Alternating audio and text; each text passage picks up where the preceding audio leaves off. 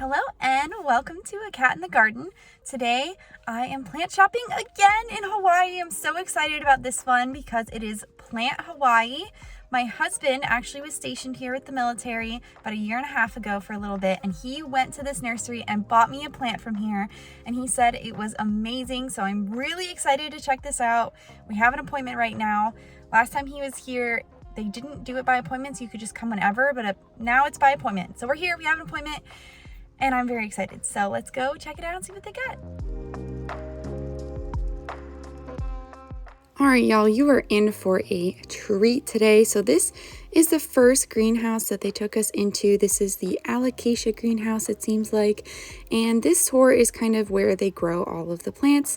This looked like an alocasia princeps. They had a bunch of them. They had a bunch of everything, honestly. Look at all of these alocasia odora that are variegated. It's just a sea of them, and they are absolutely beautiful. They had these beautiful nebulas, corazon, sinuata, cucullata, just about every alocasia that you could think of under the sun. That one had a half moon variegated leaf, which is really cool. There were some Longaloba magnifica, which RIP, I had one of those at one point, but it died, of course. Some Zabrina reticulata, and then moving around the corner here, there are some alocasia maharani and some poly. Do you see the variegated one just hanging out right there? That's so cool, just in the middle of all of the other regular polys. And they have a bunch of variegated alocasia like that, but they do have a little section of variegated ones right here. If you saw in the corner there was a silver dragon. There are a bunch of variegated black velvet and a few others. There's this sinuata over here that has a variegated baby, and there's some Jacquelines. I think that's a regular Zabrina over there, and a bunch of the alocasia frydek variegated, like a lot. I don't think I've ever seen so many variegated frydeks in one place in my life. And of course they had a bunch of different sizes, from sprouting corms to big full-on plants.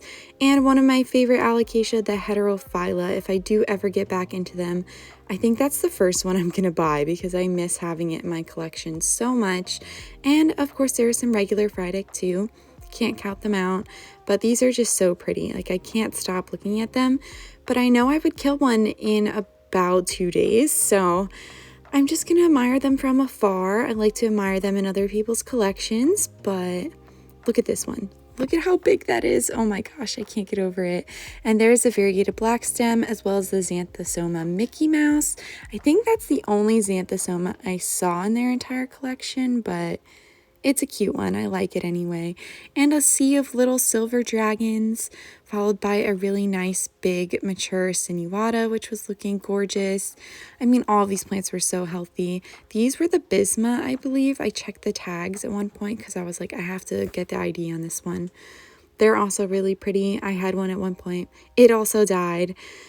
So there's that. There were some Clypetullata, I think those are called, as well as a bunch of little baby mellow, which was so cute, and some colocasia back there, and more colocasia. I think we're in a different greenhouse now that were very cute. I don't really know the names of all of them other than the mojito and one other one that is coming up.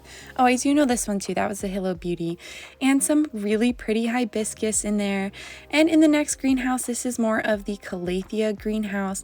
I don't know all the names of the calathea, but on my right there is the orbifolia. Those are really pretty. And then here, this looks like a hybrid, to be honest. It's really cool. I saw them maybe a year ago on the market, but I haven't really seen them since. And of course, just other calatheas galore. Some yellow fusions, some white fusions. This one had a really cool variation on it, or lack thereof, I guess. I don't know. I thought it was cool anyway. That's a better looking white fusion. It just looks so nice, so healthy. I don't think I've ever seen a bunch of white fusion look so healthy. And this is a peace lily. It's a variegated peace lily, and it had both the like marbly and sectoral variegation on it. This is a different greenhouse altogether as well. They have a lot of greenhouses here. It does have some more bigger calatheas, as well as it had those philodendron ploumanii that I passed over really quickly. And here are the philodendron and jungle boogie. I think they're really cool.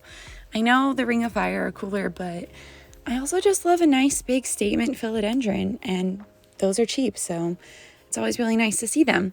They had a bunch of Birkins. I feel like I haven't seen a Birkin in forever, but they're really cute. Sometimes I do miss the one I had. I had to sell it because I was moving last year. And some Adansonii. They're not my favorite. I mean, I like them when they're mature, but the little ones are just okay. They have a bunch of philodendron Prince of Orange. Some of them were looking more orange, some more red, but they were all Prince of Orange, looking really neat. I do love this plant. So does my husband. He loves orange plants. So seeing a sea of them made him very happy. And they had a bunch of different sizes for these as well. Over here were some little baby ones looking super cute, and some Rojo Congos next to them, as well as a bunch of variegated Syngonium back here. I think they were propagating. These splashy ones look like a Syngonium I've never really seen on the market before. I don't know if it's like a mojito or something, but to me they look different, so I'm not sure about that. But they had a few, not a lot, a few Paraiso Verde that looked nice, as well as some Florida Ghost. The leaf shape on these plants is not my favorite, but I do appreciate how the white fades to green. I think that is a really cool thing that some plants do. The Florida Ghost is definitely the most prominent one that does that. And back around here, there is another angle of the Paraiso Verde, as well as some of these Syngonium. I don't know, I just thought the variegation on them was really cool. It reminded me of a Marble Queen Pothos, but on a Syngonium. These were really cool. I think it was some special type of Dieffenbachia the guy was telling me about that came in. I think he imported them. So that was something I just wanted to highlight. And then down here, this greenhouse was insane. Oh my gosh, I was fangirling so hard over some of these plants. Like here, the Monstera Burl Marks Flame, though I don't even want to know what the price was on it because it was kind of mature. And then these Aglaonema Spilt Milk were absolutely gorgeous here. This is what I'm looking for in mine one day. I have a little baby one, but oh my gosh, I love the variegation on that plant. They had a bunch of them throughout this greenhouse here, and everywhere I turned there was another super cool plant, like this cute little jewel orchid. And this section basically is somebody who works for Plant Hawaii, and she grows plants kind of her own here, I was understanding, and she'll also trade them for better plants to kind of expand the collection at Plant Hawaii. So there are a bunch of cuttings of the same plants, as well as, you know, really nice big mother plants. This one was gorgeous, the Longilobatum. I actually do really want one of these one day, but I know they're super pricey, so we're just gonna ignore that for now. And they had a bunch of Red Anderson that were super cute, as well as Strawberry Shake. This was actually the smallest shake they had. Most of them were much bigger, as you'll see in a minute. But they also had, I think this was a Florida Beauty that just put out an all white leaf, which is kind of funny. They did have a few Florida Beauty elsewhere too. The plants were kind of all over the place. There were some organized sections of them, as well as like kind of sorting them by size, which was fine too. These Jose Buono were absolutely gorgeous. I really wanted to bring this little one home, but I did just get a baby Jose for my friend, so I don't really need one anymore. I'm hoping it will grow up and be super big though, because I do like them when they're big. Here I think these are the orange marmalade philodendron, and this was a really big, really pretty snowdrift. I have seen some baby TC ones on the market now, but I like them when they're bigger, so I'm gonna hold out. And these Strawberry Shakes were absolutely gorgeous. They must have the best genetics ever, because they were absolutely stunning. And this plant was cool. It's like a mandarin something, but they had a variegated one, which I'd never seen before, and I was not about to ask for the price because I just know it's out of my price range, but they were gorgeous. A bunch of Monstera Adansonii Albo. This variegated bird's nest fern was really cool too. I'd never seen one look like that before. I don't know, that was awesome. It was really neat to see, even though I'm not really a fern person. And again, more Strawberry Shakes. Like I said, the genetics are out of this world on those. And a bunch of Philodendron Red Anderson. Some of them had better color than others, but this one was really nice. It had really good striping on the stem. And another Strawberry Shake. Of course, I have to point them all out because they're so pretty. None of them were reverting either. It was really cool to see, like, all of my dream plants in one place. And here is a Thai sunrise. I feel like I haven't seen one of these plants in forever, but it looks like it was reverting, losing its variegation, which they do that a lot. It's really hard to keep one of those looking good. And here is a variegated Emedrium, which was really cool to see. I don't see those often. And a bunch of variegated heartleaf philodendron. These, I think, were the burl marks. They just had really big mature leaves for burl marks. I don't know, but they are super pretty too. These, I think, are the squamacol. That are the serpents. I honestly don't know, but they're also interesting. A little bit too hairy for me, but my husband actually really likes the hairy ones. And here are a bunch of Stanleyana cuttings. This one looks like an Aurea, but they do have some albo mixed in there. They do take a lot of their own cuttings, which I appreciate. And I'm not a Florida Beauty person, but I know a lot of people are, so I want to show these guys off too. This one looks like a Splendid. The leaves are a little round, but I'm going to say it's a Splendid. I love mine. They're such a nice plant. And they had a bunch of these Rhaphidophora tetrasperma variegated. I remember when these things were like $10,000 a leaf. So it's really cool to see them just kind of out and about at nurseries now for a much cheaper price too. Definitely not going for thousands of dollars. Here were some varicosum. This one was just looking really pretty in the light, almost neon, even though I'm not a varicosum fan because they are hairy. I do like the look of the leaves themselves. I guess I can appreciate that about them. They had a lot of varicosum cuttings, so I had to kind of get around that. Those look like the Brantianum wild form, which is really cool. I was pointing that out to my husband, and those were more Splendid. They kind of had them going on both sides of this here, and some Subhastatum. I love this plant. It is super underrated. I got a cutting from a friend about a year or two ago, and it's doing really well. And moving on to a different section, those were some UPI just hanging out there, some Rhaphidophora decursiva, kind of some more common plants over here. This plant I've never seen before, but it looked really cool. And I don't really know what the name means, but I don't know, looks awesome. Like to see it. These looked like some sort of variegated Schefflera, if I'm guessing. Not completely, totally sure. And over here, this plant was so cool. It looked like some sort of calathea at first or a tropical ginger, but I did find out later it is called Campharia elegans. It is technically a type of tropical ginger, but yeah, it's just super cool. Really like that one. Some begonia, which I'm not a fan of, so I'm going to kind of skip over that. And some Aglaonema pictum tricolor. Some more anthurium. That one was huge. I actually held it up next to my husband. It was like bigger than my torso. These silver lady scindapsus were looking really healthy, really nice. This alba was a bit dangerous, but you know what? It's in the right place to be dangerous because the humidity was real here. We were sweating quite a lot. These anthurium were super cute, but they were not labeled, which is okay. I'm not really sure if they were actually for sale.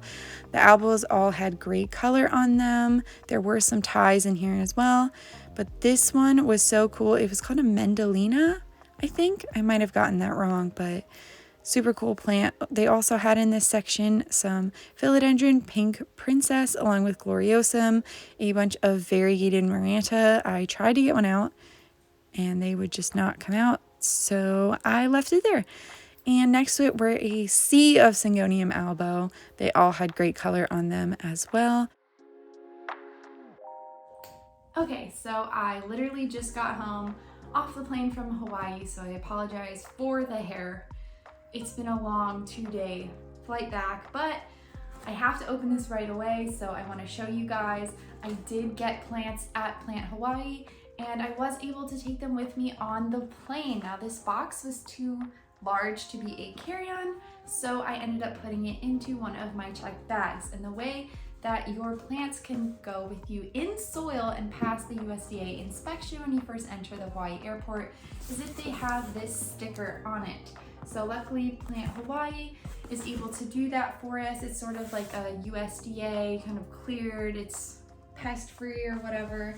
And then you'll get this sticker from the inspection point when you first enter the airport when your plants have passed. Here's another one, so another stamp here, Hawaii Department of Agriculture Plant Quarantine Branch Nematode Certificate.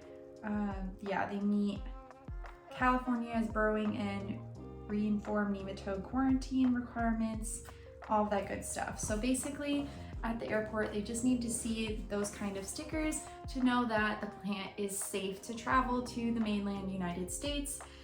And I actually got 2 plants, so I'm really excited to open them up, see how well they did with the shipping. I think I'm gonna open it from this end. And I also think they just kind of put the same sticker all over the box so that you can't miss it. But the owner did say that he flies with them as his carry-on, which I do in the mainland all the time. But it was cool to see that you can actually do that from Hawaii as well. Okay, good. There's some staples in here. They did a great job packaging this.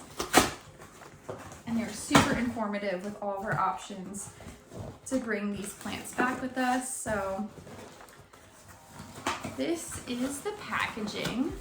I have to kind of back up to show y'all. So that's what we're looking at here. I've got 2 plants, like I said. I think I know which one is which. Oh, okay, there's more I gotta. Wow, these are really secure in here. They're not going anywhere.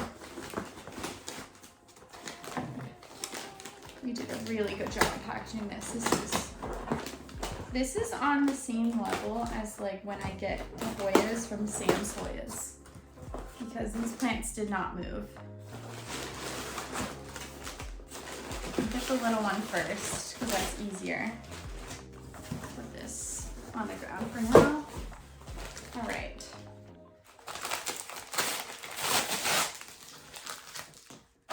This one is fun.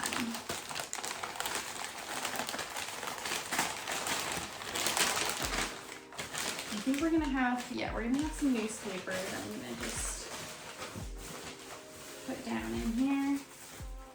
And then it's in a little bit of a bag. Kept it very moist, so that's good too. I thought this was gonna be a quick unboxing, but they packaged it so well that it's taking a little bit longer, which is okay. I'd rather it be done properly. Okay, here you can see it. So this, I don't even think I need to put my hand there. This is called Campharia elegans, I believe. I'm gonna put the name on the screen for you. I was able to look it up a little bit after I purchased it. It's a type of tropical ginger, though at first I thought it was a calathea, just at first glance with the way the leaves were shaped, the way that they were growing, and the little purple flowers that they have, but it is a tropical ginger, and it does go dormant. So in its winter season, it will go dormant, but right now it has some new growth, 2 new leaves right here. So that actually means that it's acclimated to a southern hemisphere climate. I think the owner said he got these from Indonesia or Thailand, so they are going to be used to that. So my winter is its summer, which is fine because I'm gonna keep it inside. So it'll probably go dormant for me next spring, which is totally fine because it always comes back and looks so pretty like this. So really happy with how this turned out. It looks like it's not stressed out at all. It's exactly how it looked at the shop. So we'll just go ahead and open up this one. This one's pretty cool also. And that one is also available on their website. I don't know of anybody else selling that plant right now. So a bit more of an uncommon find. But this one is not exactly a house plant, and you'll see. But I had to have it after hearing the story behind it. Oh, we got the newspaper again. So let's get it all out. Okay, it looks like he might have taken the flower off, which is totally fine because I figured the flower would just die anyway. Yeah, he just cut the flower off because it was just gonna die in here. So at some point I will have to give you guys an update on this plant. But this is a really cool hibiscus hybrid. The flowers are purple with a pink center, and I do have one coming. It's got absolutely no stress. The leaves are just a little bit folded up, but they will sort themselves out soon. So the owner was telling us that his aunt makes these really cool hibiscus hybrids, and right now he has exclusive rights to sell them, so he's the only one selling her hybrids. And I was just taken aback by how beautiful they were. I think it was around $40. And because we have a very mild winter here, I am going to grow this outside because they need lots of sun, but I will grow it in a pot because we do get 1 or 2 freezes. So I will bring it inside whenever the weather gets really cold because I want to keep this alive. But my husband really liked them too, so we figured this would be our little memento from Hawaii, and I'll show you guys when it blooms again. It is absolutely gorgeous, and I can't wait to see it grow really big here, and hopefully when we move we can take it to our next location. But that is going to be it for the shopping in Hawaii. Obviously I am back now, but hopefully you enjoyed coming along. Thank you so much for watching this video. If you liked it, you can give me a thumbs up down below and subscribe so you don't miss anything from me here on the channel. Thanks again, and I will catch you in the next one.